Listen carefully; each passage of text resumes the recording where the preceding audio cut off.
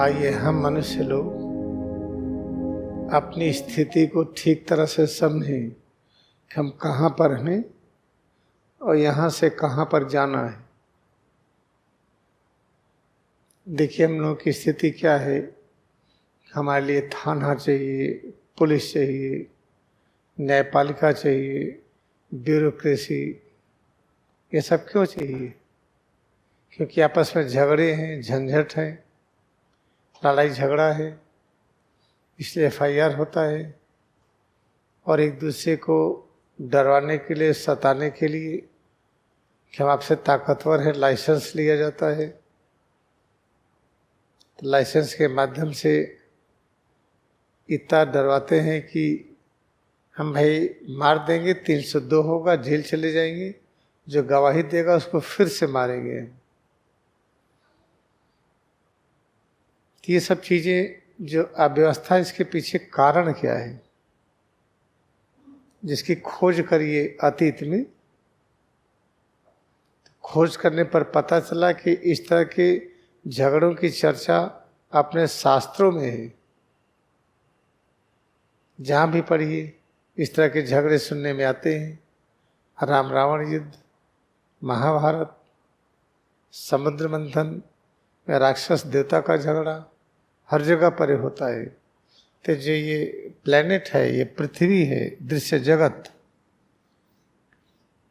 इसको पाताल लोक कहते हैं। और पाताल लोक की पहचान क्या है, इसमें हम कैसे रहते हैं? इसमें द्वंद्वात्मक जीवन जीते हैं और मानते कि वही सही है, कंपैरिजन करते हैं वही सही है। दूसरे को पीछे करके अपने आगे निकलते हैं तो उसको इनाम मिलता है। हम दौड़ में फर्स्ट आ गए, इतने के आगे निकल गए तो उसको इनाम मिला। इसमें सारी ताकत बाहुबल से दिखाते हैं, धन से, पैसे से, पद से दिखाते हैं। इस प्रवृत्ति को क्या कहते हैं? इस प्रवृत्ति को दैत्य प्रवृत्ति, इसी को राक्षसी प्रवृत्ति कहते हैं।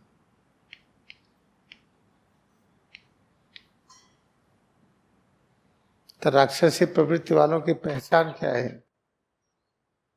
कि हर चीज को जबरदस्ती लेना चाहते हैं, किसी को नुकसान करके अपना फायदा चाहते हैं, किसी को गरीब बना करके स्वतः धनी होना चाहते हैं। और अपनी जो इंद्रियाएं हैं, इंद्रियों के सुख के लिए तरह तरह के उपाय करते हैं।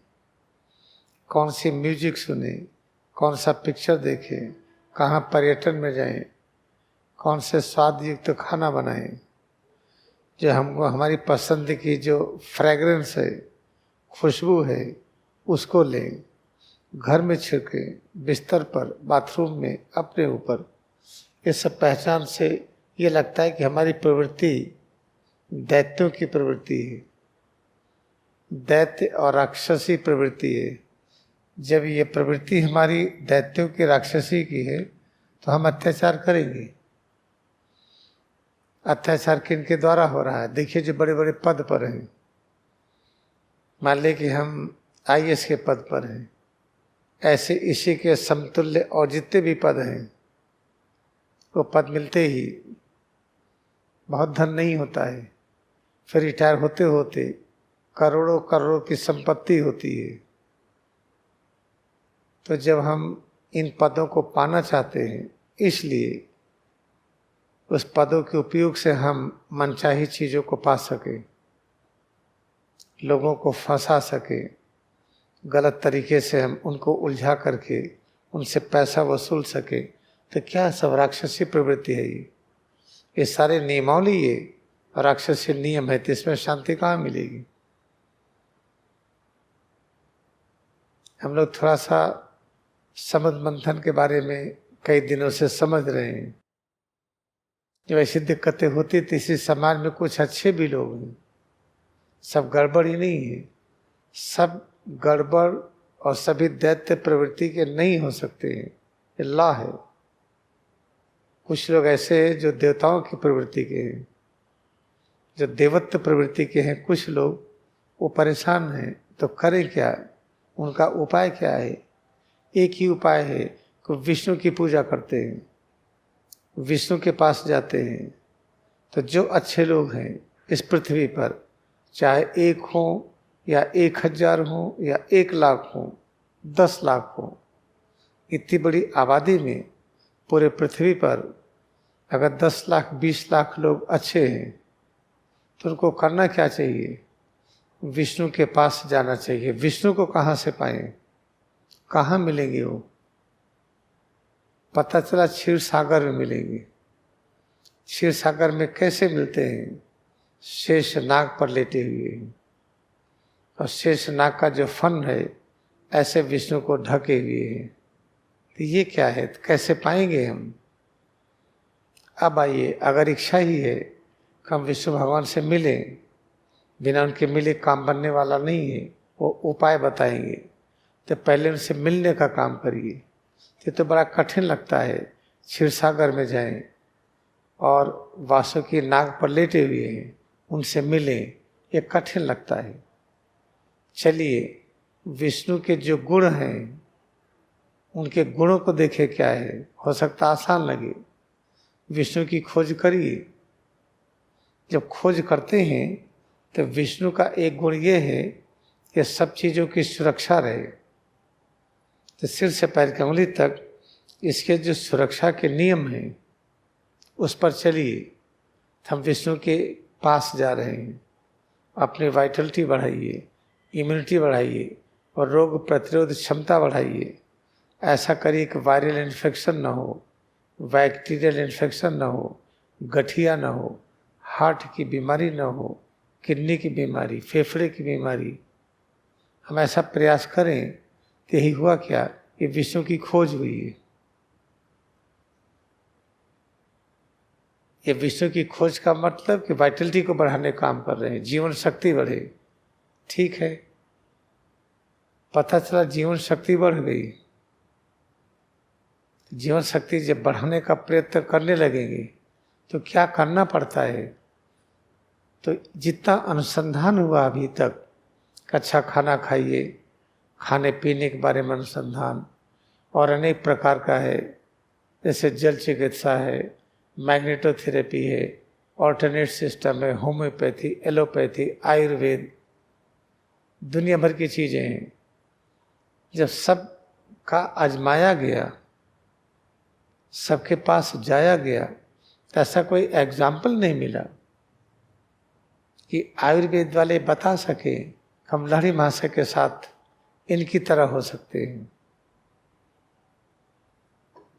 या स्वामी तीर्थगिरी की तरह ज्ञान हम पाएं जो निर्भीक हो।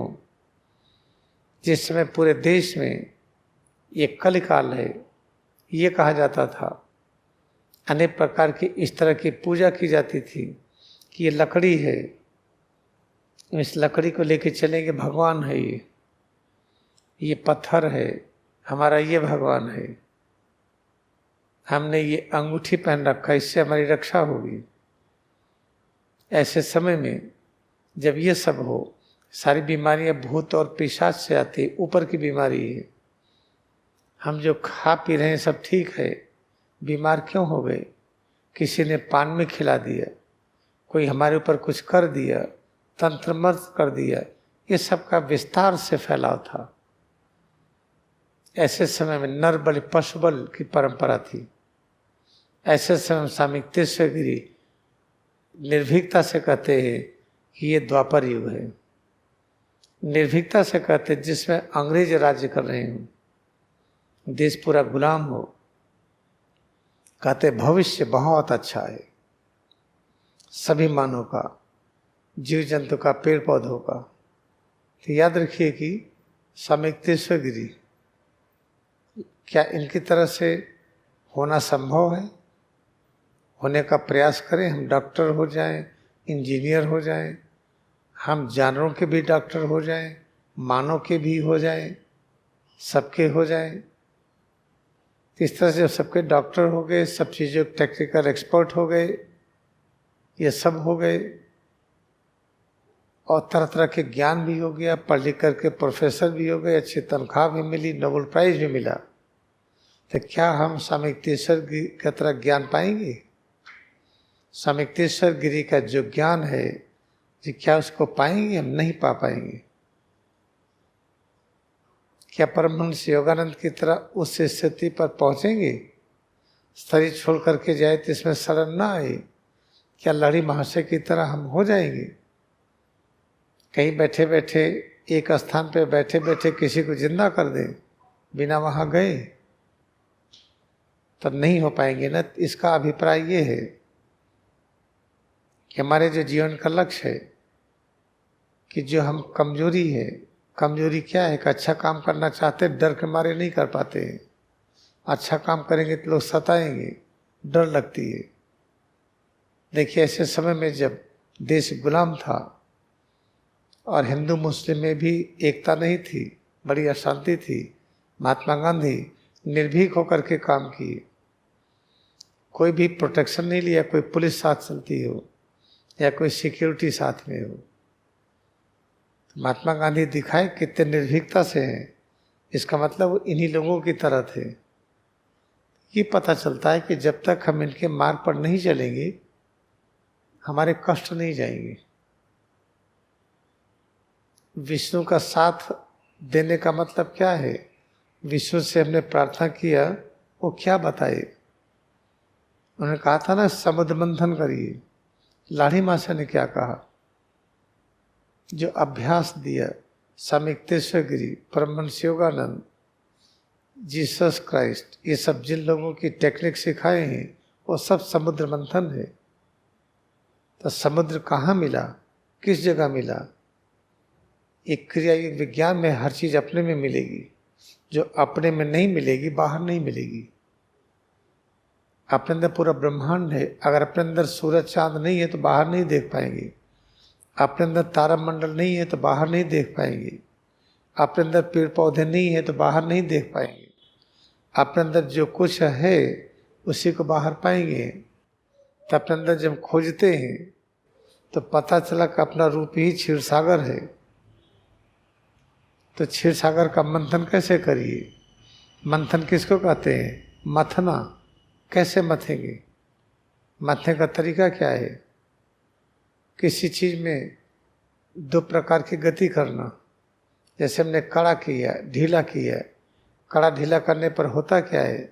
ये हाथों में कुछ जैसे मथता है, खून दौड़ता है, नसों में जो न्यूरॉन्स हैं उसमें करंट दौड़ती है, प्राण शक्ति दौड़ती है। इसमें खून और प्राण शक्ति, मांसपेशियां, त्वचा, खून की नलिकाएं, ये आपस में ये मथ रहे हैं। तो जो रिचार्जिंग करते हैं, इस समुद्र मंथन का यही प्रारंभिक अभ्यास है। रिचार्जिंग के साथ साथ दूसरी चीजें करते हैं। स्वास्थ्य दर्शन है, जिसको हंसा क्रिया कहते हैं।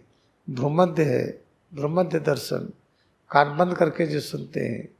सिर और रीढ़ पर विशिष्ट एकाग्रता, जो दीक्षा वाली क्रिया, सबको मिलाइए तो सम्यक समुद्र दर्शन है। समुद्र दर्शन का उत्कृष्ट रूप है। इसमें क्या मिलता है? कहेंगे एक सफेद घोड़ा कहाँ मिला, ऐरावत हाथी कहाँ मिला? मिलता है। सफेद घोड़ा क्या करता है? वो सफेद रंग का क्यों है? कि सफेद घोड़ा आंखों से नहीं दिखाई पड़ता।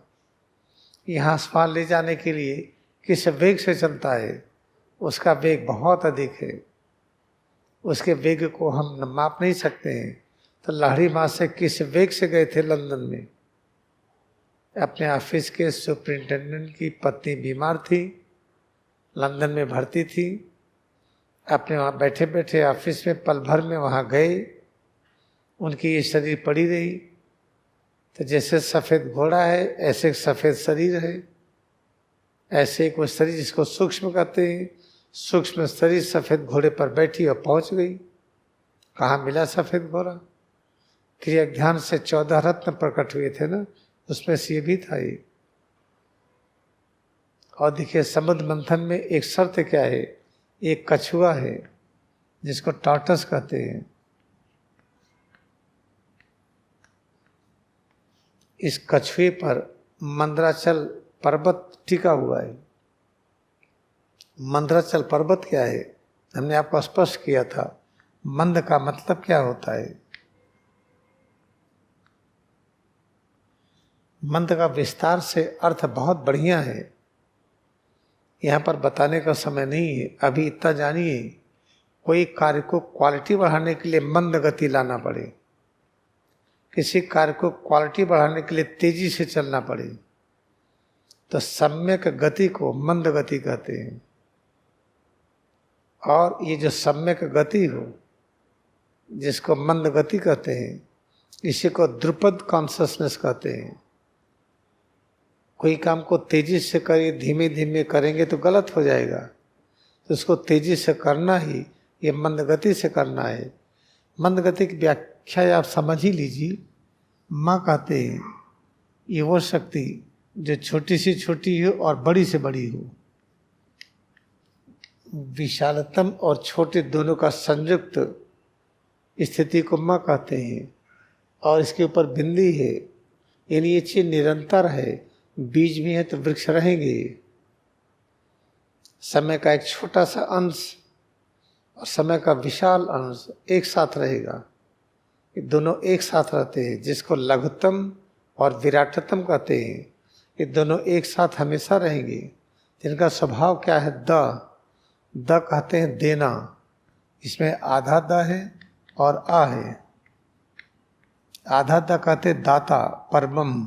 परब्रह्म क्या है? जहाँ से प्रकट होता है 3 प्रकार की शक्तियाँ, सृजन की, ब्रह्मा की, और संरक्षण की विष्णु की, और परिवर्तन की महेश शिव की।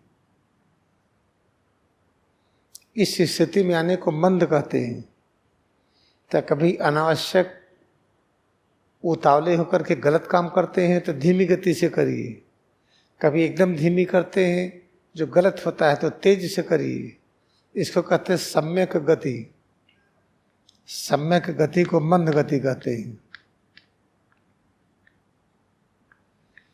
ये कछुआ का होना आवश्यक है। ये कछुआ के इसलिए सिंबल रखा गया कि इसके 2 गुण हैं। ये धीरे धीरे आराम से चलता है। कोई अगर खतरा हुआ तो अपने इंद्रियों को समेट लेता है।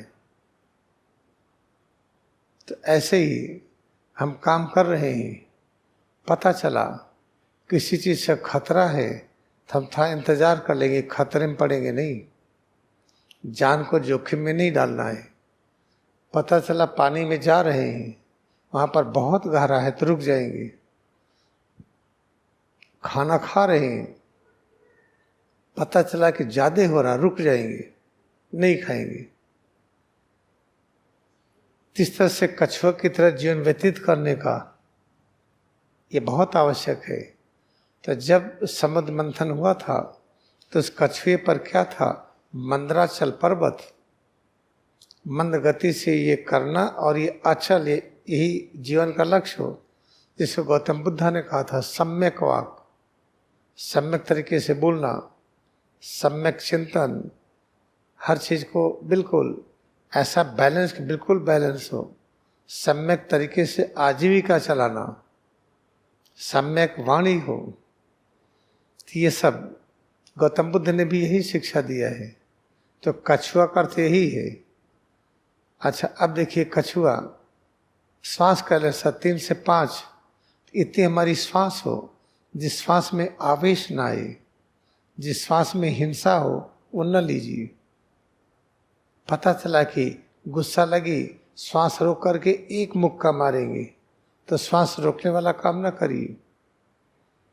पता चला गुस्सा लगा और हाँफ रहे हैं, बिल्कुल सीना फुलाए जा रहे हैं, तेज तेज सांस ले रहे तो मत लीजिए। कछुआ की तरह सांस लीजिए। इस तरह सांस लीजिए, हमारी वाणी सम्यक चलती रहे, हमारी दृष्टि ठीक ठीक बनी रहे। ये है कछुआ का होना। किस पर होगा? हमारे इस कार्य करने की प्रणाली इससे जुड़ी है। इस गीता के 2 अध्याय में लिखा है, यदा समर्थे चायम कूर्मः अंगानि सर्वशः वसे ही इंद्रियाणि यस्य प्रज्ञा प्रतिष्ठिता। यानी हमको कछुए की तरह रहना है कि जैसे जब कोई संकट आए, सब चीज आए, हम इंद्रियों को ऐसे ही समेट ले जैसे कछुआ समेटता है। इंद्रियों को समेट पाएंगे जब मन को समेटेंगे, बुद्धि को। मन और बुद्धि को वश में कर लीजिए। कहीं मन और बुद्धि ऐसा न सिखाए कि इनको मारना है, इनको पीछे करना है, इनसे आगे जाना है, ऐसा न होने पाए। याद रखिए, जब हम क्रिया योग ध्यान करते हैं तो अपने आप जो सिर से पैर की उंगली तक इसका जो कड़ापन रूप है, ये कड़ापन रूप बहुत आवश्यक है। और कड़ापन के साथ साथ और अनेक अनुभूतियाँ आवश्यक है। कड़ेपन जो हिलाते डुलाते हैं, ये तरलता का संबल है। शरीर में जब जल तत्व तो ठीक होता है तो हिलने डुलने की क्रिया होती रहती है। पैर की उंगली से सिर तक अगर सब में निर्विकार स्थिति है तो अग्नि तत्व पर्याप्त रूप में बह रहा है। इसके साथ साथ हमारी एकाग्रता बहुत अच्छी है। हर चीज़ को हम स्पर्श कर लेते हैं, दूरदृष्टि है, दूर की चीज़ देख लेते हैं, दूर की चीज़ सुन लेते हैं। ये सब क्या है? ये वायु तत्व अच्छी तरीके से है। फिर आसमान की विशालता, जीवन एकदम विशाल हो, संकुचित न हो।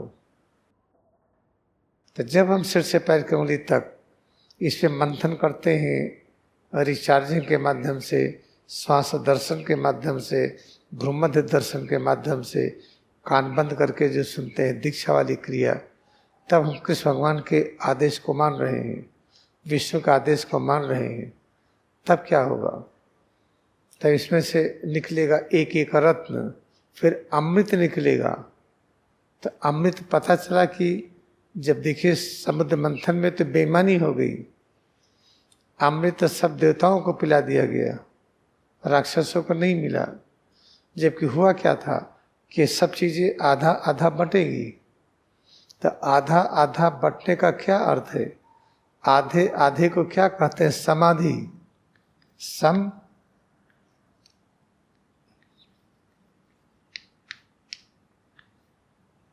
आधा सम आधी, आधा आधा बराबर हो। जिस चीज में समाधि व्यक्त हो उसी को आधा आधा कहते हैं।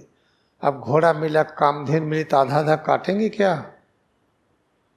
जिस चीज करने से हमारी सम्यक गति बनी रहे, हमारा रहन सहन ठीक रहे, उसी को समाधि कहते हैं। उसी कहते कि आधा आधा बांट लेना है। लोग आधे आधे का गलत अर्थ समझते हैं। हर चीज मिली आधी आधी बांट लेंगे, तो इसका क्या अर्थ हुआ? इस तरीके से जब उसमें अमृत मिला तो उसको आधा आधा बांटने क्या अधिकार है? कैसे है?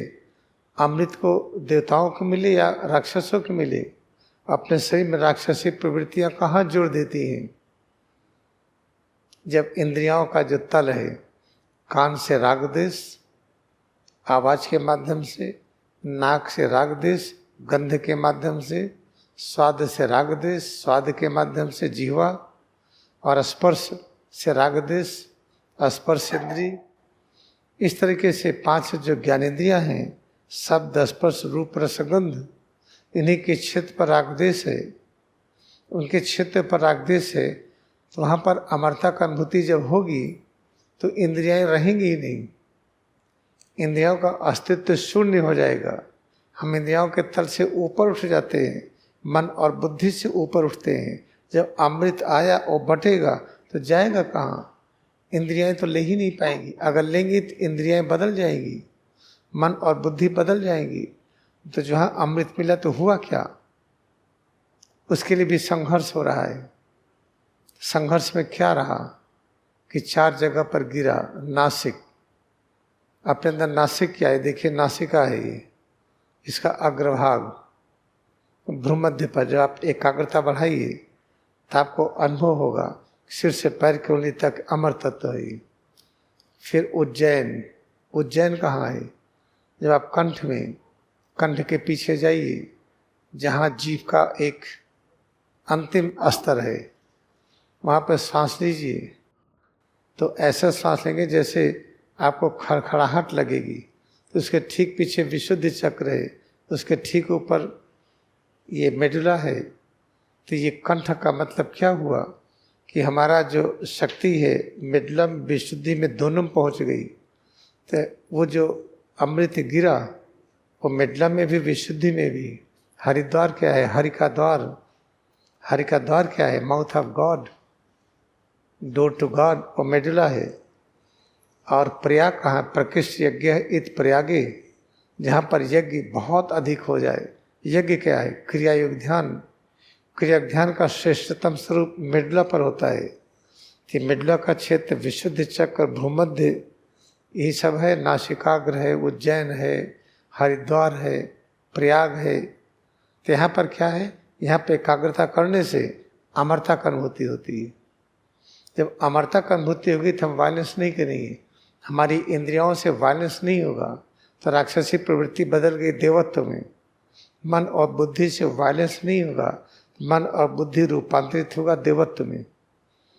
इस तरह से याद रखिए, भ्रूमध्य दर्शन ये क्या है?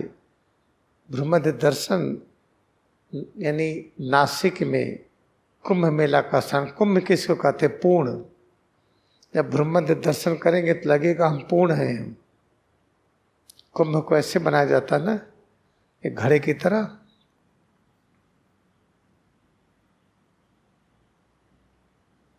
ये माउथ ऑफ गॉड, ये तो जब भ्रूमध्य पर एकाग्र लेते तो पता चलता हम पूर्ण हैं।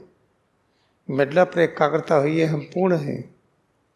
मेडुला से विशुद्धि चक्र तक यहाँ एकाग्र हुई तो लगेगा हम पूर्ण हैं। तो हरिद्वार, नासिक, उज्जैन, प्रयाग यही है इसी अभ्यास में।